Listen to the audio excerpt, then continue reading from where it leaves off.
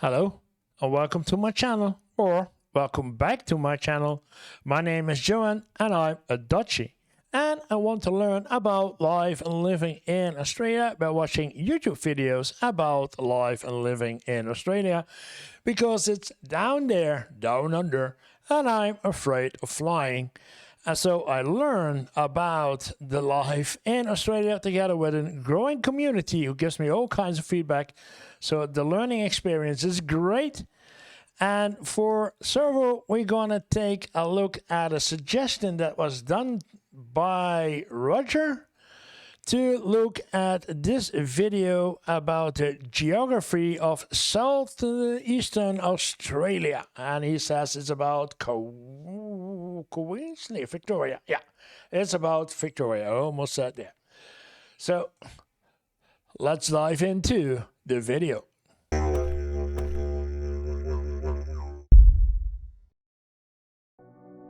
Victoria is easy to underestimate. On a map of Australia it looks small, a compact state tucked into the continent's southeast. Yeah. Take a look at Australia, because I'm not all familiar with where everybody, all the regions are. And so Western Australia with Perth, and then the Northern Territory. And then we have the South Australia, and then Victoria, and then New South Wales and Queensland. And then, of course, Tasmania. Yeah, it will take some while until I really know, okay, we're talking about this region of Australia and it looks like this. But, okay, Victoria. Eastern corner. It is dwarfed by Western Australia, overshadowed by Queensland, pressed beneath New South Wales, and to many people, Victoria simply means Melbourne. But that small appearance is misleading, because within this one state lies one of the most geographically diverse landscapes in Australia. Wow. Snow-covered mountains rise almost 2 kilometres above sea level. Ancient forests cloak deep valleys and rugged ranges. Rivers born in alpine peaks flow across the continent into vast floodplains. Giant coastal lagoons sit trapped by... Oh, wow. Oh. Would you take a look at this? It's a marvelous shot from, I guess, a drone or an airplane. It could be man-made. I don't know if it's man-made, but it could be man-made. This is straight as an arrow. Wow. Behind one of the longest beaches on Earth, a flooded Ice Age valley became the bay that built Melbourne. Gold-bearing uplands transformed Australia during the 19th century. Volcanoes erupted across the west. Volcanoes? Snow, beach, volcanoes. Yeah, it's diverse. Sandstone mountains rise from surrounding plains. Semi-arid Mallee country stretches toward the interior. And along the southern edge, the Southern Ocean continues to carve away the continent itself. Victoria is not carving away? So, because of the sea coming in... defined by one landscape. It is defined by collision. Mountains against plains, rainforests against dry country, volcanoes against ancient rock, rivers against deserts, and land against sea. Yeah, all of that in one area. To understand Victoria, we need to cross it. Not randomly, but as a journey, beginning in the far east where the state rises into its highest mountains, then moving westward through Gippsland, the Great Dividing Range, Port Phillip Bay, the Central Highlands, the Goldfields, the Murray Basin, the volcanic plains. You talked about the goldfields, but I don't see anything light up as being the goldfields. The Central Highlands, the Goldfields, the Murray Basin, the volcanic plains, the Grampians, the Mallee, and finally, the wild southern coast. Oh, and in between, nobody else there? No, okay. Wow. This is the geography of Victoria. Before we begin, if you enjoy these deep dives into Australia's landscapes, geology, and natural history, consider subscribing to the channel and leaving a like on the video. It really helps support the channel and allows me to keep creating documentaries like this. Yeah, I suggested to. It's not only me, but yeah, give the creator also some credit by a like and a subscription. It's And I would also love to hear from you. This is a little different from my usual geology-focused videos. If you enjoy this broader journey through the geography of Victoria, leave a comment below and let me know. If enough people enjoy it, I'll create more geography documentaries exploring other Australian states and regions in the future. Now, let's begin in the east. Chapter 1. Where Victoria rises. Our journey begins in the highest part of the state, far from Melbourne, far from the volcanic plains of the west, far from the dry mallee country near the South Australian border. Here, in eastern Victoria, the land rises into the southern end of Australia's greatest mountain system, the Great Dividing Range. This immense chain runs for more than 3,500 kilometres along eastern Australia, from Queensland through New South Wales and into Victoria. I guess he meant his entire yellow part as be the Great Mountain Range. It is not a mountain range in the same way as the Himalayas or the Andes. It is older, lower, more weathered and more fragmented. Yet it remains one of the most important geographical features on the Australian continent, because the Great Dividing Range does exactly what its name suggests. It divides. On one side are the coastal catchments, shorter rivers flowing toward the Tasman Sea, Bass Strait and the Southern Ocean. On the other side are inland catchments, longer rivers flowing toward the Murray-Darling Basin and the dry interior. In Victoria, this divide becomes one of the keys to understanding the entire state, because the mountains in the east are not just scenic high country. So it provides more or less also water inland for the dry regions. That's why there is a possibility to agriculture and etc. Okay. They are a source of water, rivers and rainfall patterns, and in many ways, the source of the geography that unfolds westward from here. The highest expression of this landscape is the Victorian Alps. This is the roof of Victoria. Yeah, the Victorian Alps. Yeah, something else of the Swiss Alps. I've been in the Swiss Alps. A rugged region of ridgelines, snowfields, steep valleys, alpine plateaus and forested slopes. Mount Bogong rises to 1,986 metres above sea level. It is the highest mountain in Victoria. Nearby peaks such as Mount Feathertop, Mount Hotham, Mount Buffalo and Mount Buller form part of the wider high country. In winter, these mountains are transformed. Snow covers the summits. Did it say 1,800 meters in the sky? Sorry. 86 metres above and forested slopes. Mount Bogong rises to 1,986 metres. 1,900. Okay. That is as high as Italian, Swiss-Italian range Alps, the Swiss Alps, but on the Italian side, I cycled those up, so I know. Yeah. Wow. As high as that. Wow. Above sea level. It is the highest mountain in Victoria. Nearby peaks such as Mount Feathertop, Mount Hotham, Mount Buffalo and Mount Buller form part of the wider high country. In winter, these mountains are transformed. Snow covers the summits. Cold winds sweep across exposed ridges. Roads climb into ski villages. And streams run through frost-covered valleys. And for a brief period each year, parts of Victoria resemble a landscape many people would never expect to find on mainland Australia. This is one of the strange things about Victoria. It is a state famous for cities, goldfields, farms and coastlines, yet its eastern edge contains true alpine country, not simply cool hills or forested uplands. Is it then also at that point in time a ski resort or a ski area where people go for their ski holiday? Or is it too short, or it's not good enough, or it's too rough terrain to be an actual a ski area? But environments shaped by snow, elevation, frost, wind and seasonal isolation.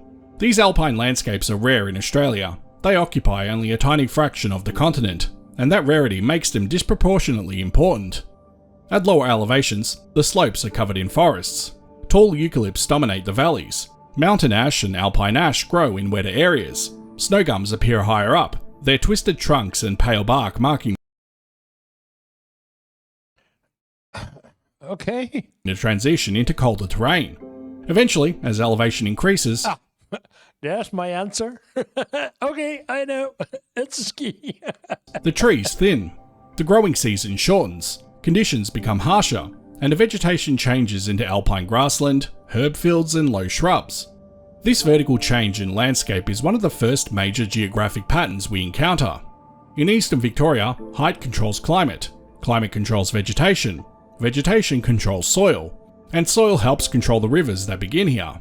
This is why the Victorian Alps matter far beyond the high country itself. They are Victoria's water towers. Moist air arrives. Yeah, oh, I was saying that's, he's going to explain it, yeah. It's a great video until now. Yeah, exactly what I want to say. From the Tasman Sea, Bass Strait and Southern Ocean. When that air reaches the mountains, it is forced upward. As it rises, it cools. Clouds form, rain falls, snow accumulates. This is orographic rainfall, and it is one of the most important processes shaping eastern Victoria.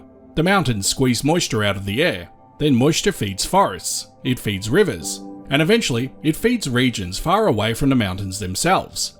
Many major rivers are born in or near Victoria's eastern high country. The Murray begins in the Australian Alps before forming most of Victoria's northern boundary. The Kewar and Midamida drain alpine catchments. The Ovens flows northward through northeastern Victoria. The Goulburn system is fed by highland catchments further west. The Snowy River drains rugged country before flowing toward the coast. And south-flowing rivers carry water into Gippsland and Bass Strait. This means the Eastern Highlands operate like a giant distribution system. Yet this does not reach the inland, the real outback, as being a part of natural flooding or natural hydrating the earth so that there is more life possible. It's not reached that far.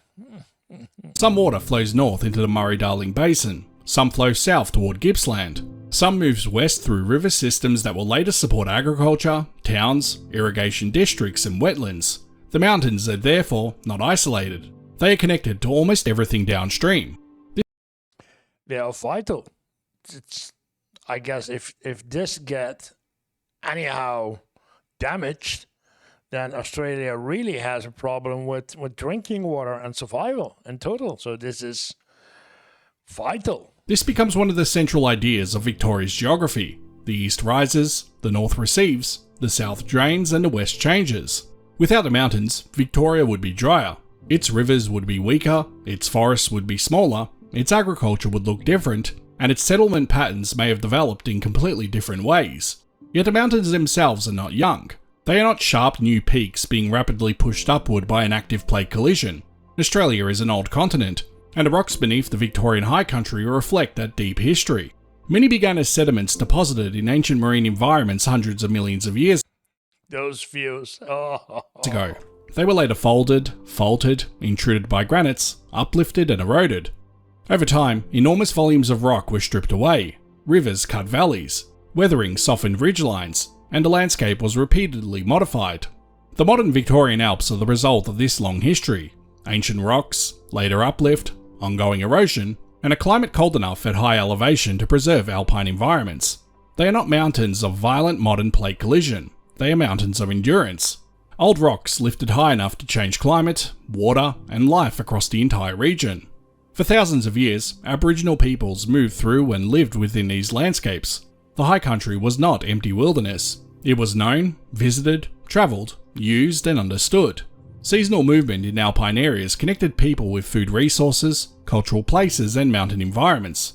Long before ski resorts, roads, or modern maps, these landscapes were part of living cultural geographies. European settlement later changed the region dramatically. Grazing, mining, logging, roads, tourism, and hydroelectric development all reshaped parts of the high country. Yeah, of course. Then we get the economic in it. And then when there's money involved, then nature has to move. But even today, large areas remain protected within national parks and state forests.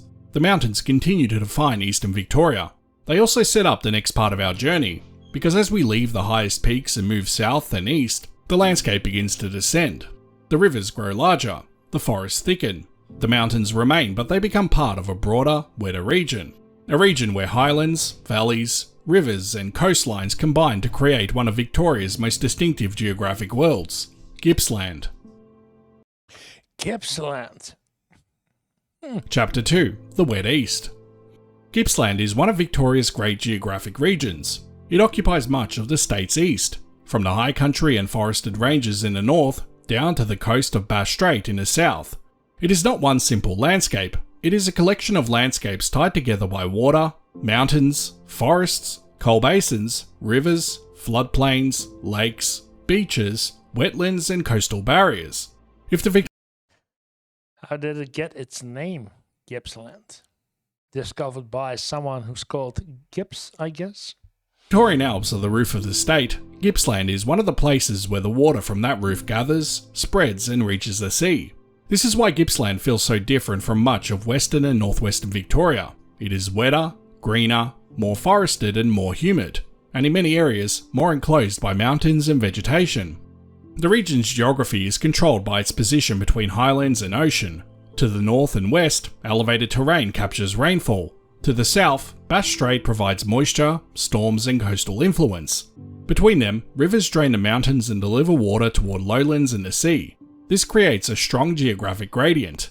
In the north, Gippsland rises into rugged mountain country. Forests cover steep slopes, valleys cut through ranges. Some areas feel remote, even today.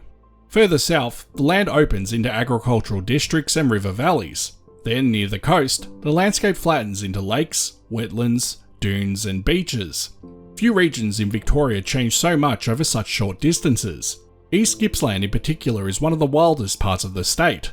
Large areas are mountainous, forested and sparsely populated. Rivers cut through rugged country before reaching the coast. The landscape here feels closer to southeastern New South Wales than to Melbourne or Western Victoria. It is a place of forests, river mouths, coastal inlets and long stretches of relatively undeveloped shoreline. Moving further west through Gippsland, the geography becomes more varied. The Latrobe Valley opens as a major inland corridor. The area is famous for its brown coal deposits, which form from ancient swampy environments. Although this story partly belongs to geology and energy history, it also matters geographically, because the Latrobe Valley became one of the state's most important industrial regions. Is it still used for brown coal? Its resources shape settlement, power generation, transport corridors and economic development. Again, the pattern is clear. Geography is not just scenery. It controls where people live, what resources they use, where roads and railways go, where industries form, and how regions connect to one another. But the most spectacular geographic feature of Gippsland lies closer to the coast, the Gippsland Lakes. At first, the lakes seem almost calm and simple, a broad network of water bodies near the coast. But their existence is the result of an enormous battle between rivers and the sea. Rivers flowing out of highlands carry water and sediment toward Bass Strait. At the same time, waves and coastal currents move sand along the shoreline. Over thousands of years, this sand built long coastal barriers. These barriers partially enclosed the lowlands behind them. Rivers entering the coast could no longer flow directly into open ocean as easily. Water accumulated behind the barriers. Lagoons expanded, wetlands formed, and eventually, the Gippsland Lakes developed into one of the largest coastal lagoon systems in Australia. So this is sweet water, and this is, of course, salt water, and there's no mixture in, or is it sometimes when the sea is rough, then we get partially salted water into the sweet water basins? But yeah. This is a landscape caught between worlds. Freshwater enters from rivers such as the Latrobe, Thomson, McAllister, Avon, Nicholson, Tambo and Mitchell. Saltwater enters from the sea. The balance changes with tides, storms. Again, answer my question in the video. I'm learning while watching. Floods and human modification. Sometimes the system behaves more like a freshwater lake. At other times, more like an estuary. It is neither fully river nor fully ocean. It is a hybrid landscape. One built by the constant negotiation between inland water and coastal energy. The scale is enormous. Lakes such as Lake Wellington, Lake Victoria, and Lake King form a broad interconnected system. Channels, marshes, islands, and wetlands surround them. Bird life, fish, aquatic plants, and coastal ecosystems all depend on these environments. For people, the lakes have shaped transport, fishing, tourism, and settlement. Towns such as Lakes Entrance, Paynesville, and Bairnsdale are all connected to this geography, but the lakes could not exist as they do without one of the most striking coastal features in Australia, 90 Mile Beach. This long barrier beach runs along the Gippsland coast for roughly 150 kilometres. 150? Oh boy. Standing on it, the landscape feels almost endless. Sand stretches toward the horizon. Bass Strait rolls in from the south. Behind the beach lie the lakes, wetlands, and lowlands of Gippsland. In front of it is open water. 90 Mile Beach is not just a beach. It is a wall, a narrow sandy barrier separating an inland lagoon system from the ocean. Without it, the Gippsland lakes would be exposed to far more direct marine influence. The entire shape of eastern Victoria's coast would be different.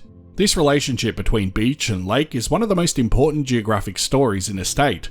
It shows how delicate some landscapes are. A river system alone did not create the lakes. Yeah, how delicate the balance is between nature's salt lake and nature's sweet lake, but also how we need to consider when we do stuff in these regions, how this could disrupt the balance, this delicate balance between, you would hope we'll say, life and death. Yeah. The ocean alone did not create them. They formed because rivers delivered water and sediment, while waves built barriers and reshaped the coastline. Geography emerged from opposition. Inland forces pushing outward, marine forces pushing back, and between them, an entire lagoon system appeared. This coastal story also demonstrates that Victoria's geography is young in many places, not in the age of its rocks, but in the form of its surface. Yeah, that's important that I'm guessing it because Australia is such a vast country. In the Netherlands, we have not that much of space as in Australia. So in the Netherlands, we would mainly, totally or partially, we would dry this and make it a really livable land and turning it into either housing or into farmland. So this kind of lakes, we did it. I know, that's us, the Dutch. We create water, well, we create land where once was water. But luckily in Australia, it's so vast that nature can still be around as it is for millennia, and that's good. Sea levels have not always been where they are today. Coastlines have shifted, valleys have drowned, barriers have formed, and lakes have expanded and changed. During the last ice age, when sea levels were much lower, the coastline of southeastern Australia looked very different. Bass Strait was partly exposed. Tasmania was connected to mainland Australia. Was connected to mainland Australia. Oh boy. Like we have in Europe, that there is, we call it Doggerland. And if the Doggerland is, there was discussion that the project is killed, but the Doggerland is the land between Belgium, France, Netherlands, and Great Britain. And it once was actual land. So there was once upon a time that Great Britain was connected to the continent of Europe. Rivers flowed across landscapes that are now beneath the sea. Then, as the climate warmed and ice melted, rising oceans flooded lowlands and reshaped the coast. This process did not only affect Gippsland, it also created one of the most important geographic features in Victoria, a vast bay further west, a bay that would eventually become the heart of the state. But before we reach it, we need to understand the landscape that connects Gippsland to central Victoria, because travelling west from Gippsland is not simply a movement from coast to city, it is a movement through the southern foothills of the Great Dividing Range. Chapter 3. From forests to the central corridor. Leaving Gippsland, the land begins to change again. The enclosed, wet, forested landscapes of the east gradually give way to a more complex central region. The mountains do not disappear all at once, instead they fragment. Ranges continue to rise north and east of Melbourne, forested hills remain, valleys guide rivers and roads, but the land begins to open toward the broad lowlands around Port Phillip Bay. This transition is one of the reasons Melbourne exists where it does. To the east and northeast of the city, the Yarra Ranges form part of the broader highland system. These ranges are not as high as the Victorian Alps, but they are extremely important. They capture rainfall, they support forests, they feed the Yarra River, and they provide much of Melbourne's water supply. This is another example of how geography quietly controls human life. Millions of people in Melbourne depend on water captured in forested mountain catchments to the east. The city may appear urban and disconnected from nature, but geographically it is tied directly to the surrounding highlands. The Dandenong Ranges, rising east of Melbourne, create another distinct landscape. It is the remains of an ancient explosive volcanic system, and Wow. they are close enough to the city to feel suburban in places, yet high and wet enough to support tall forests, fern gullies and cool temperate environments. They act as a green edge to the metropolis, a reminder that Melbourne sits not in an empty flat plain, but between bay, river, basalt plains, uplands and forested ranges. The Yarra River is the key connector. It begins in the Yarra Ranges and flows westward toward Port Phillip Bay. Today, many people know it mainly as the river that runs through central Melbourne, but geographically it is much more than an urban waterway. It is the link between the highlands and the bay. It carries the story of eastern rainfall into the heart of Victoria's largest city. Its valley provided a route through the landscape. Its lower reaches offered water, access and settlement opportunities. And its mouth helped define where Melbourne would grow. As we follow this westward movement, the journey begins to shift. We are no longer in the wild east. We are approaching the geographic centre of modern Victoria, a place shaped by the meeting of a river, bay, plain and human settlement. As always, it's it's always at the end of the river where the land is most viable for sustaining life. That's where all the cities are growing. It's always on the edge of coastal line and the end of rivers coming from high mountains down to Port Phillip Bay. This bay. Yeah, Port Phillip Bay. I was looking at it. I'm not sure if it's exactly this bay, but it looks like, because I know there once was a Dutch guy. I'm not sure about his name. I can look it up. And who wanted to go here and form a colony right here in the Phillip Bay because it was protected. It had the river coming in, so there was fresh water. There was enough fresh water. The ships are protected, so it could be. But this expedition has never been been executed. So it's never went through. Otherwise, that would have been, or could have been, Dutch, or even a Dutch colony. Is so important that it deserves its own chapter, because without it, Victoria's history would have been completely different. Melbourne may not have become Melbourne. The state's population may have concentrated elsewhere, trade routes may have developed differently, and the economic geography of southeastern Australia may have taken another path. Port Phillip Bay appears permanent today, a huge sheltered body of water surrounded by suburbs, beaches, ports and roads. But it is not ancient in its current form. It is a relatively young coastal feature, a flooded landscape created by rising seas after the last ice age. Around 20,000 years ago, global sea levels were far lower than they are today. So much water was locked in ice sheets that the coastline of southeastern Australia extended far beyond its present position. Bass Strait was largely exposed. Tasmania was connected to the mainland across the Bassian Plain. Animals and people could move across landscapes that are now beneath the ocean. Where Port Phillip Bay now lies, there was not always water. Instead, there were lowlands and drainage systems. Then the planet warmed. Ice melted, sea levels rose, the sea pushed inland. Bass Strait flooded, Tasmania became separated, and the low-lying basins along the Victorian coast were drowned. Port Phillip Bay formed as the ocean invaded this landscape. The former lowland became a vast marine basin. Only a narrow entrance connected it to Bass Strait. This entrance, the Heads, remains one of the most dramatic parts of the bay's geography. A huge body of water lies behind a relatively narrow opening. Every tide moving in or out of Port Phillip must pass through this constricted gap. The result is strong currents, dangerous waters, and a coastline that has shaped navigation for generations. And by the strong currents, unsuitable for any bridge building or something, because everybody has to drive around the lake to get on the other side.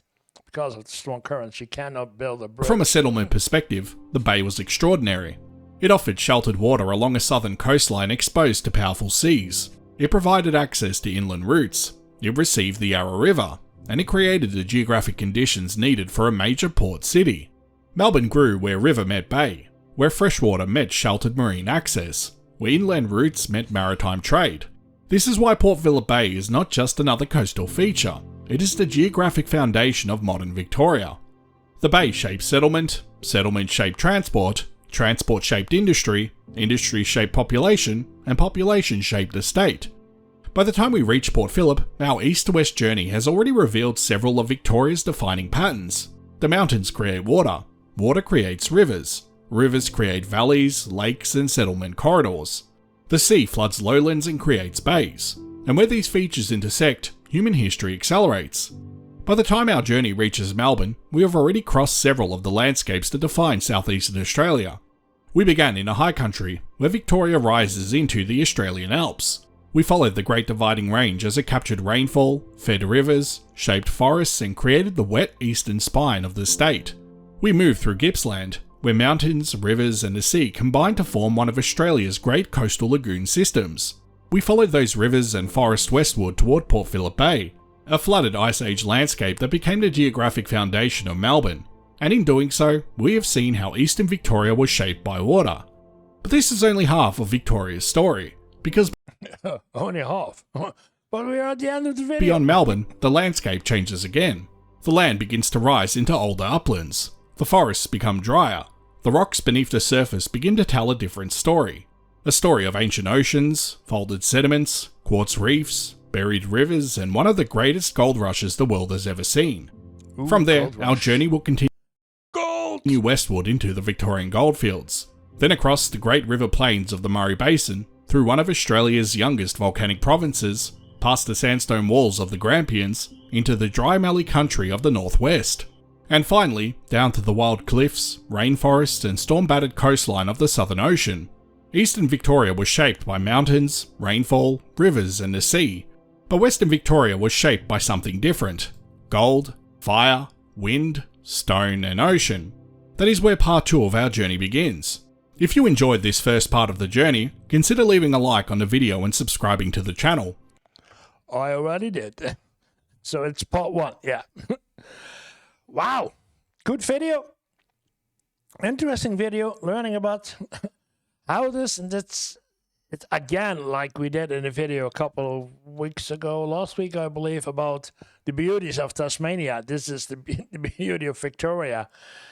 It shows how beautiful Australia is as a country, as a continent, and yet there are not that many talking about going to or visiting Australia. Yeah, I hear, of course, out of Europe, backpackers leaving for Australia, students, etc. But everybody is more or less focused on going to the United States. Some of them will go to Australia. So it's a shame. Australia has so many things and beautiful nature to show off.